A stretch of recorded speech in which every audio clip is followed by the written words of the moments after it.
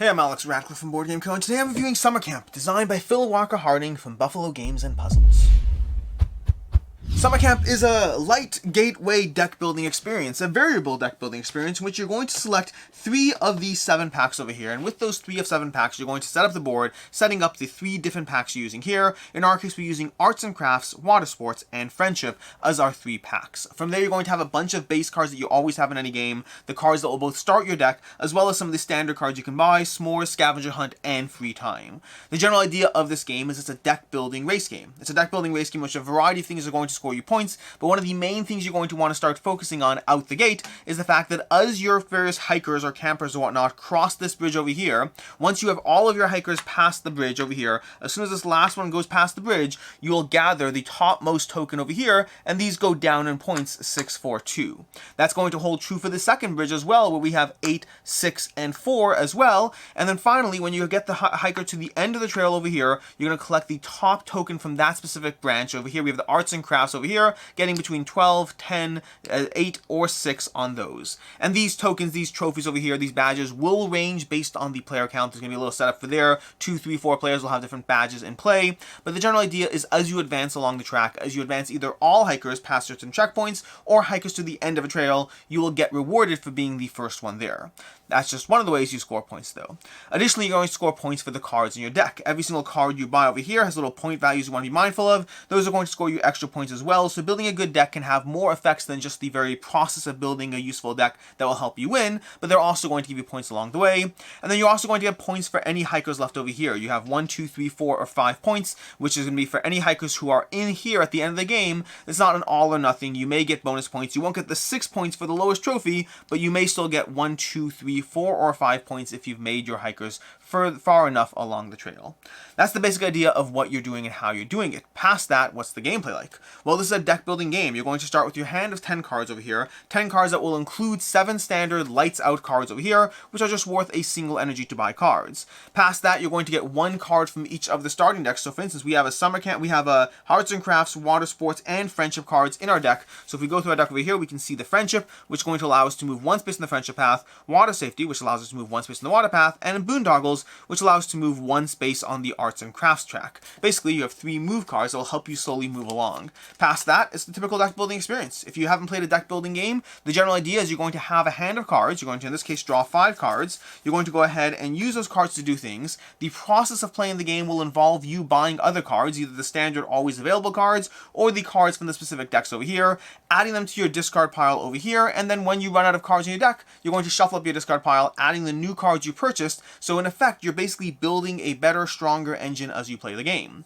In this case, in this particular game over here, we have our hand of 5 cards. Every card by default has a value of 1 energy and or whatever it says. In this case, we could go ahead, we got all our starting cards in our first hand, so we could move on each track, or we could potentially commit and invest. Maybe we really want this canoeing card over here, which will give us a move 2 on the water path, that will involve giving us all 5 cards up, which, you know what, let's go ahead and do so. So we're going to go ahead and give these cards up over here. We're going to grab the canoeing card, we're going to add it to our discard, we're going to put it over there, and then continue the process. The other player will take their turn, we're going to go ahead and redraw our next hand, we're going to put out a new card in play, and we're going to start the process again.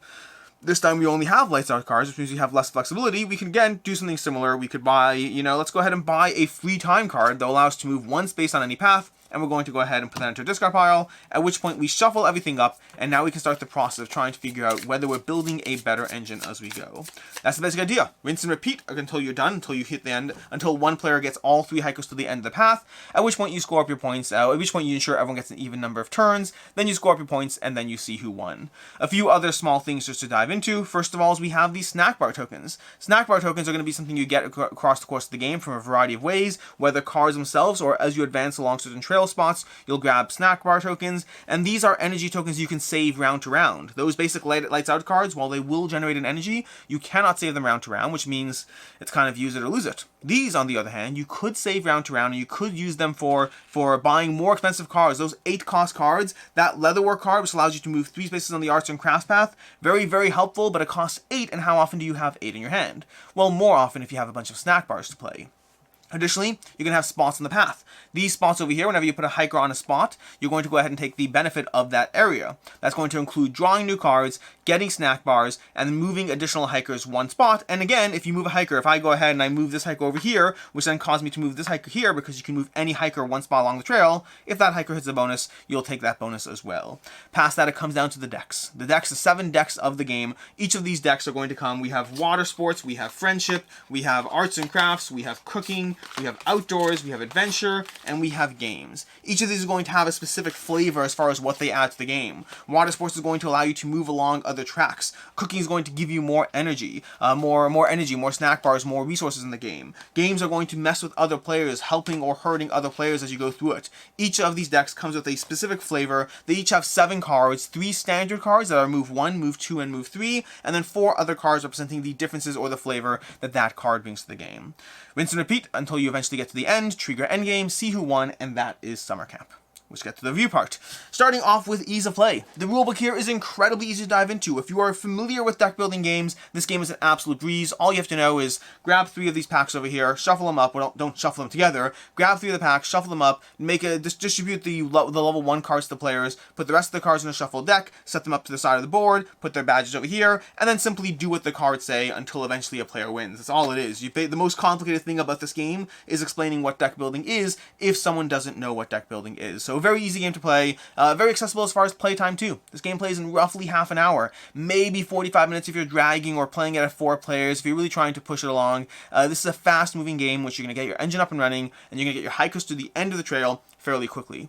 As far as player count, this is a 2 to 4 player game. I have played this and 2 and 3 players. Both were totally fine. I imagine a 4 player game would be fine as well. I don't know if it inherently adds to the experience for me, but also the game turns were so fast in this game that I don't know if it would strongly take away from the experience either. This is a fast, quick playing, deck building race game that's very clean, very streamlined, very accessible. 2, 3, or 4 players I imagine would all be fine. 2 and 3 were definitely fine. I imagine a 4th would be fine. As far as what I like, don't like, and can see others not liking, starting off what I just said. This is a quick playing, accessible deck building game. This game is a classic gateway deck building game. If you're looking for a gateway deck builder, this game hits that niche. It is easy to explain. The cards are not too complicated. It has enough variety and charm to be strongly accessible. I mean, the charm is off the charts over here. Just the fact that you have 7 little packs of little cards with their little merit badges, and the fact that they have different styles and different things, and it feels not thematically feels, but you have all these cards that are reminiscent of summer camp, of tie-dyeing and water skiing and sing-alongs and pen pals and all these things that aren't really things you really engage with on a day-to-day basis, but they're summer camp activities, and it has that charm, and it has that accessibility, and it plays in a short time frame, and it's very forgiving and very easy and very just accessible. Accessible is the strongest word I'm going to use when it comes to summer camp, and it absolutely is it's just accessible.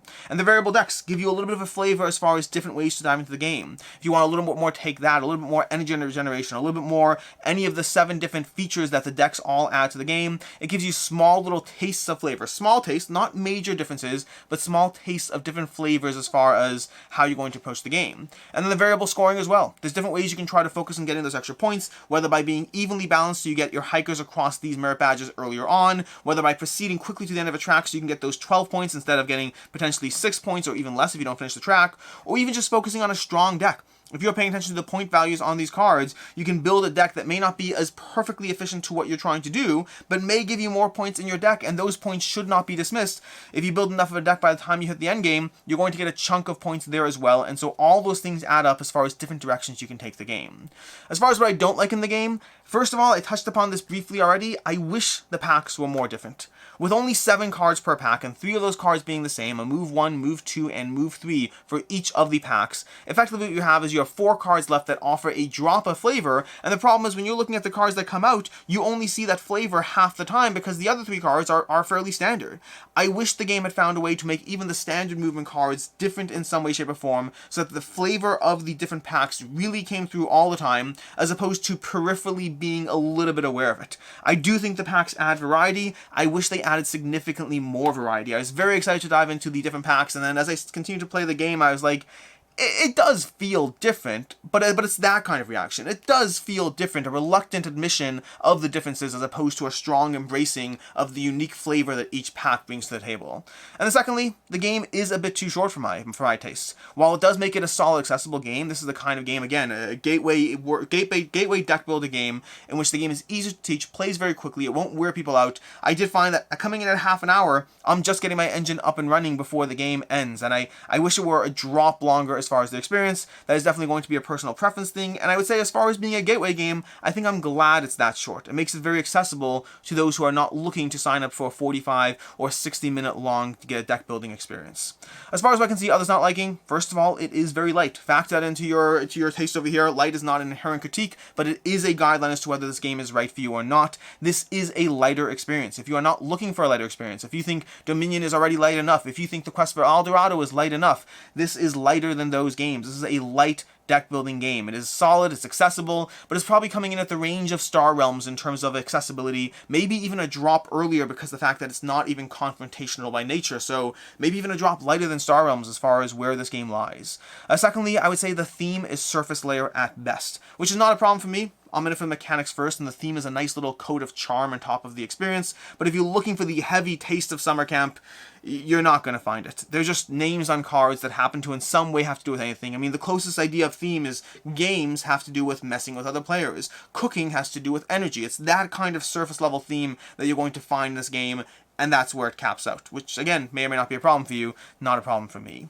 As far as final thoughts on rating on Summer Camp, I like Summer Camp. It's a classic Phil Walker Harding design in the sense that I have yet to play a Phil Walker Harding game that I haven't enjoyed, but I do find his games often drift strongly towards the light gateway category, which for me, on my personal taste, I tend to be looking for heavier things, and so some of his games have been solid games that have stayed in my collection, and other games of his have been solid games that have left my collection because they're just not the level of lightness that I'm looking for. This Summer Camp game is another example, another solid gateway, another solid accessible game from him, which is light but also charming and adorable. This one's a 3.5 out of 5 for me. I do enjoy it. It's sticking around for now, but it's sticking around with that kind of caveat that, like many lighter games, I like it, I'm charmed by it, I'm happy to continue playing it, but only if it's asked for. If it's the kind of game that doesn't end up getting asked for, and I know I won't ask for it, it's a little lighter than the kind of thing I'm diving into, but my wife enjoyed it, my daughter enjoyed it, some of our friends enjoyed it.